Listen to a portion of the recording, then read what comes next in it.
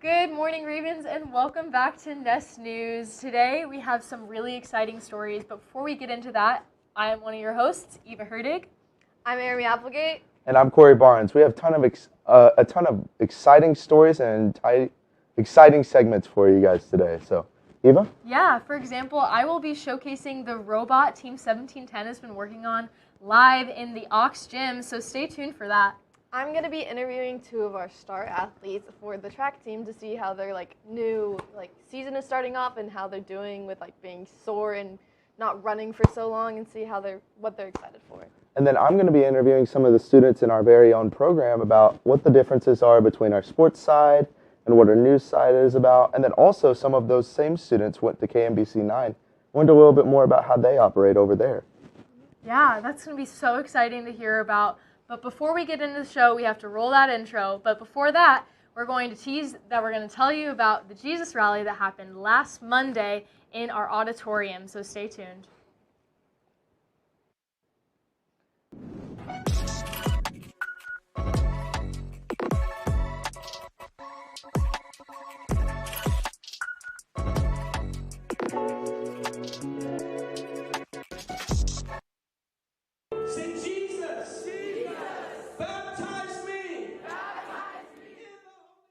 This past Monday, the Jesus Club hosted a district-wide Christian event at this auditorium. There's a group of 18 of us, and there are FCA leaders at all 5 high schools in Olathe, and we really came together and we planned this event. With more than 500 students attending, the Jesus Rally exceeded many expectations. At the event, we actually ended up having Blue Valley, Shawnee Mission, Spring Hill, DeSoto, Mill Valley, private schools. There was even a group from Minnesota that came, so it was so much more than Olathe Northwest. This rally aimed to reach the unreached and give students the opportunity to hear all about Christianity. The whole point of this club coming is to light fires in our school and just get kids so excited to be in the presence of the Lord and just be on fire for God and everything.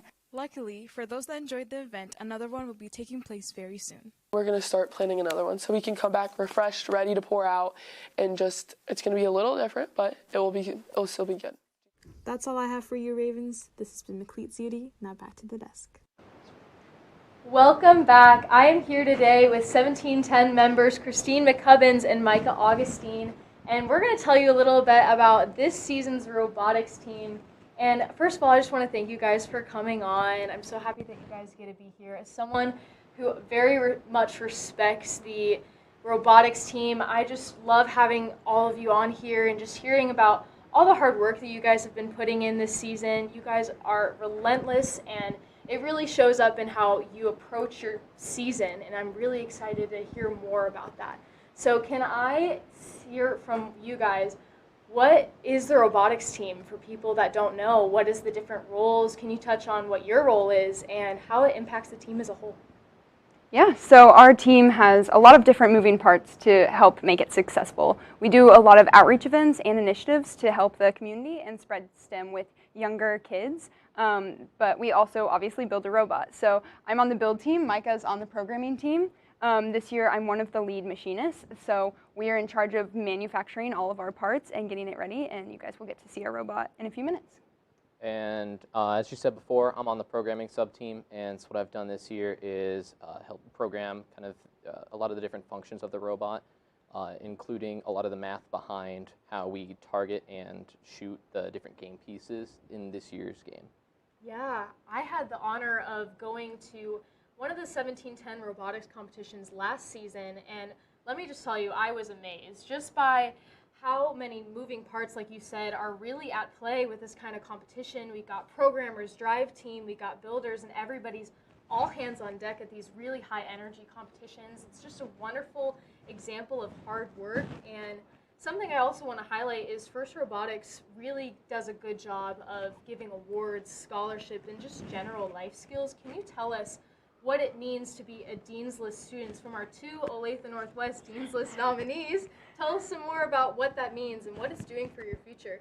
It's absolutely an amazing honor to be chosen as Dean's List nominees this year. We'll compete at Wisconsin in one of our regionals, and it's honestly just a huge honor. We have worked very hard on the team, and being able to showcase what we have done and how we've helped other students to be successful as well, not just ourselves. And so it's really an amazing experience, and we're very happy. Yeah. So a bit more about the Dean's List Award is it's kind of at every competition to highlight 2 members from our team we nominate, and they go to a competition. They'll get an interview from a judge, and if they are selected by the judges at a competition, they'll actually go and be able to compete for the World's Dean's List Award at the Houston World Finals competition. That's incredible. I mean, it's so good to hear the amount of leadership opportunity that's provided with this robotics team.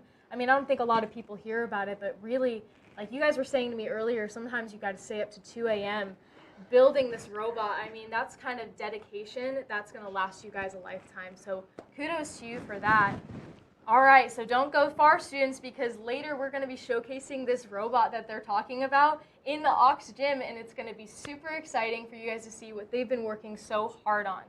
But before that, our KMBC 9 News featured our own Convergence Journalism class and taught us so much about the world of broadcasting. With more on the story, Addison Lowe. On February 10th, some of the e-communication students here at ONW had the opportunity to visit KMBC Channel 9. News anchor Jamie Weiss shares more on the significance of working there. For me, it was really important to work somewhere like KMBC 9 because I knew I would get to learn and grow from being around so many other people who are so skilled and so talented in this business. The ecom students were also able to get insight on the behind the scenes of a news broadcast and the preparation that goes into anchoring a show. To prepare for anchoring a show, you need to first and foremost read your scripts. That is probably the most important thing you can do as an anchor is be prepared. This was an amazing opportunity for our very own e-communication students. Now let's hear Miley Fisher's perspective. So I think it changed our perspective because they're just really calm, and they're not like worried about if they're going to mess up because they've done it so many times. Witnessing the depths of KMBC 9 impacted the students to take what they learned and apply it to their life now, but also in the future. I think it just impacts like the work ethic that you have to like put in and drive you have to put in to become to that level, even if you're not going to be a news anchor or something. The biggest piece of advice I could give is to always say yes to every opportunity that is thrown your way. As long as you are passionate about this job and you're passionate about this career, it'll pay off. Thank you so much, KMBC Channel 9, for this experience. This has been Addison Lowe from the Raven Network. Wow, that looks like such a fun trip. It's always interesting to see how other news programs operate their programs. So, Jada, I know that you actually ended up going on that KMBC 9 trip. How was that? It was very rewarding. We got to see like I think it was like the 5 o'clock and like the 6 o'clock news. It was very interesting to see how they operate and how each like role like works their part. Yeah. And then also, so you guys are in individual strands. You're in the SID side, Adam, right. Correct? And you're in the Convergence side. Yeah. What would you say are the differences between the two strands? I'd say with SID, we do a lot of sports work. So we're broadcasting a lot of our sports games. We do football games, basketball games. Myself, I did a lot of play-by-play commentary for both those, and it's super fun experience getting to sit on the sideline or up in the booth, calling games as you see them and just enjoying those sports in that way. So that's mainly what we do is those sports broadcasting. We make our hype videos, our graphics that go on the Instagram and our socials, and it's really cool experience. And for journalism, Convergence Journalism, we focus more on like community and more reporting, not just the community like in school, like what's happening at school, but also outside of school, like what things are going on outside, and we try to cover those stories. Yeah, and then also, how did you guys both get involved, and how do you believe that it's been really impactful for you in your high school career? For me, back in like 8th grade, I found out about these academies, and I loved sports at the time. I loved watching the Chiefs and all that kind of stuff. So sports broadcasting was an avenue that I kind of wanted to go on, and because of that, I chose to do ecom, and now I'm here. So I kind of saw that like I was able to be with the e-communications program, I was able to be like creative and like show what I got like as an individual, and that's just kind of what I was interested in. Like no matter like what video, graphic design, it's just I was able to show what talents I have. All right, thank you so much, Adam and Jada, for stopping by to To learn a little bit more about each of the strands, let's go to Gretchen Renfro. Olathe Northwest is filled with many different clubs, activities, and opportunities for their students. But one of the most special things about this school is their eCommunications Academy. While ecom is made up of 6 different strands, 2 of those strands actually take place in this classroom. So let's go inside and take a look. While SID and Convergence are taught by the same teacher, students have the opportunity to learn very different things. Whenever I'm trying to explain to someone the difference between SID and Convergence, I first tell them that Convergence is all about making feature stories and showing people what's happening in the world and highlighting things in our school and our community, and more of a broadcast journalism side that we get to see in Convergence journalism. However, in SID, it's more sports coverage, hype videos, broadcasting at sports games, and coverage assignments, photography, videography, and both play with really cool different styles of videography, and it really opens up a wide variety for these students. While it may seem overwhelming at first, students quickly learn that their work is worth it. I think the environment is a really big impact on what we produce here in SID.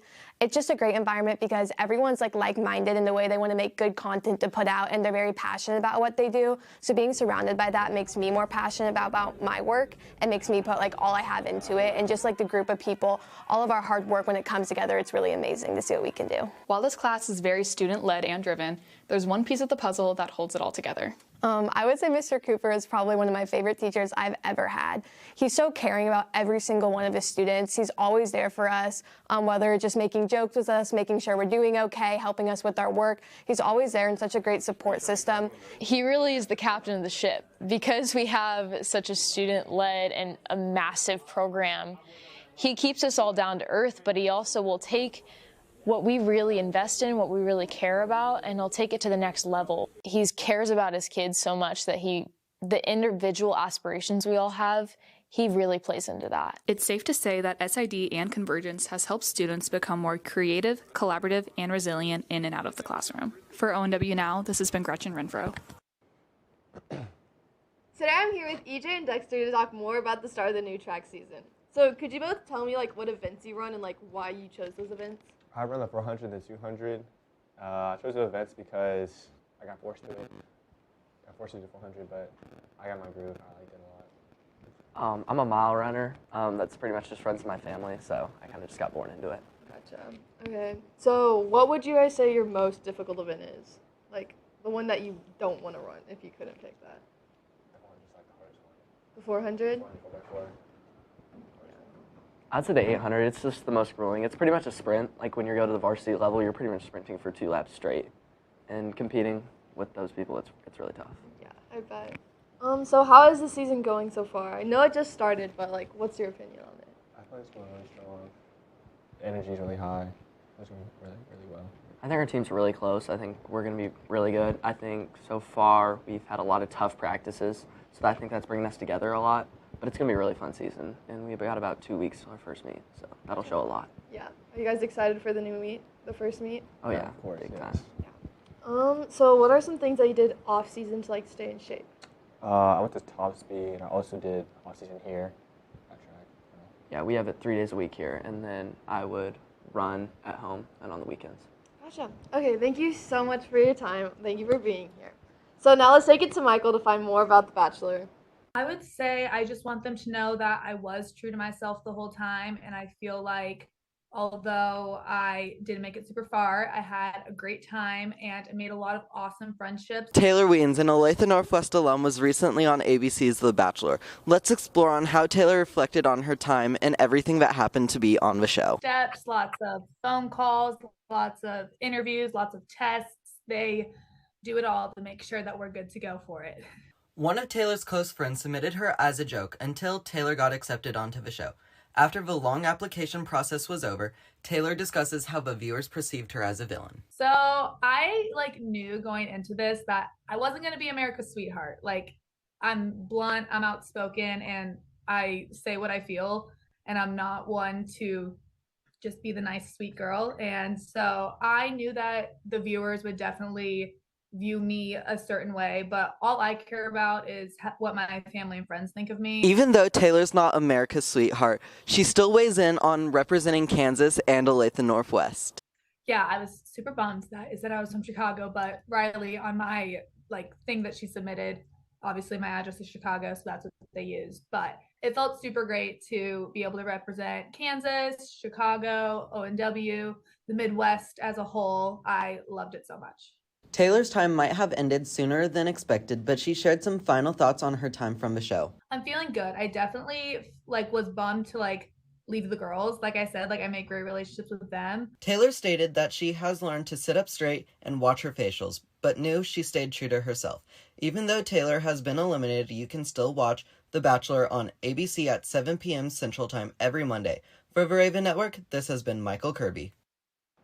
Wow, what an interesting story that Michael brought us. I didn't know that a celebrity like that would have gotten their start here at Olathe Northwest. Yeah, that's crazy. And it's funny how it started as a joke and actually turned into something real. Yeah.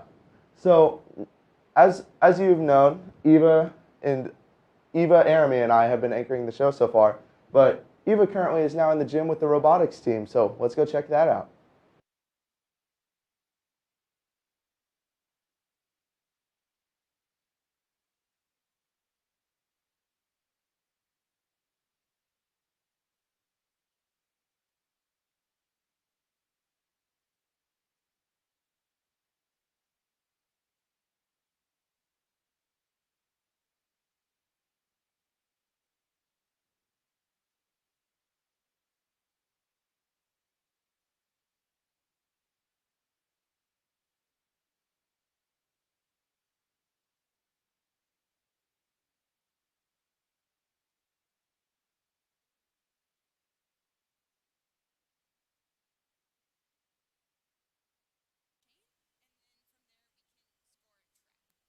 Those are kind of the field elements.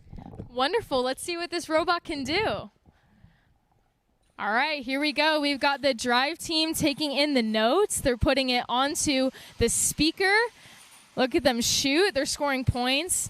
Super cool. All of this robotics team is student-led. They have mentors and instructors, but these students do this all themselves, which is absolutely incredible to think about. Shooting again a note into the speaker system. Amazing. Look at them go. Next, it looks like they're going to go into the amp and score another point. Wonderful. It may not look like it now, but at the 17 robotics competition, these setups are real speakers, real amps, and real stages with painting and lights and colors. It's a wonderful electric environment. So exciting. They threw out another note. Looks like they're going to shoot another one into the speaker. Look at that. And now they're going to climb onto the stage, lining it up with the sensors. Amazing. Look at that. That's some incredible student-led work. Thank you so much, 1710 Robotics, for meeting with me today and showcasing this awesome robot you have. Thank you so much. Of course, thank you. Let's take it on over to 8th graders as they came into ONW last week to hear more about what ONW has to offer. It's a big transition. It's a big deal. These folks are investing in you. Today, 8th graders from Prairie Trail and Summit Trail will be filling this gym, excited for high school as they prepare for 8th grade transition day. This is our annual 8th grade transition day. Miss Hilliard has her own methods to making 8th graders feel more comfortable at ONW. We're going to make them do silly things, just so that they can enjoy the process and be less stressed. Despite the silly activities, 8th graders really do feel more comfortable at ONW with 8th grade transition day. I'm feeling good. I'm definitely going to look at it positively. 8th graders' feelings are reaffirmed through ONW Link Leaders. Just to get the kids excited, get a little more comfortable with the school, and just know what they want in high school. The end goal of 8th grade transition today is to make 8th graders feel more comfortable in their soon-to-be high school home.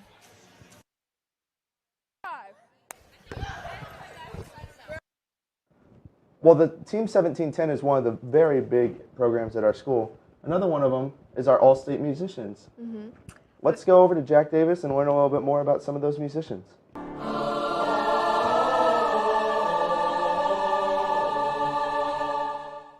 This past weekend, qualified musicians from Olathe Northwest headed to Wichita for state performances. I participate in state orchestra because it's the best opportunity to find a lot of new friends who have similar interests as you, and you get to play with the best orchestra in Kansas.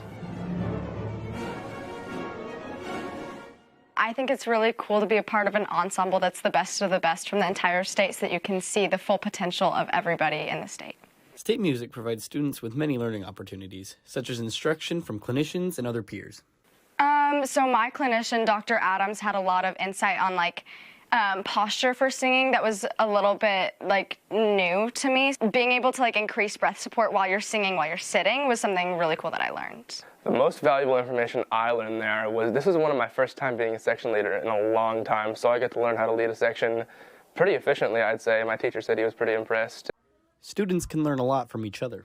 I learned working with the best musicians in the state, various techniques, playing quieter with efficient tone, stuff like that. Just how to sound good in general. For the Raven Network, this is Jack Davis. This sure has been one memorable show, isn't that right, Jeremy? Yeah, so many new interesting stories and just a lot to hear about. It's really cool seeing some interesting insight on every single thing around our school. But unfortunately, we have to go. Thank you so much for watching Next News. This has been Jeremy Applegate. This has been Corey Barnes, signing off.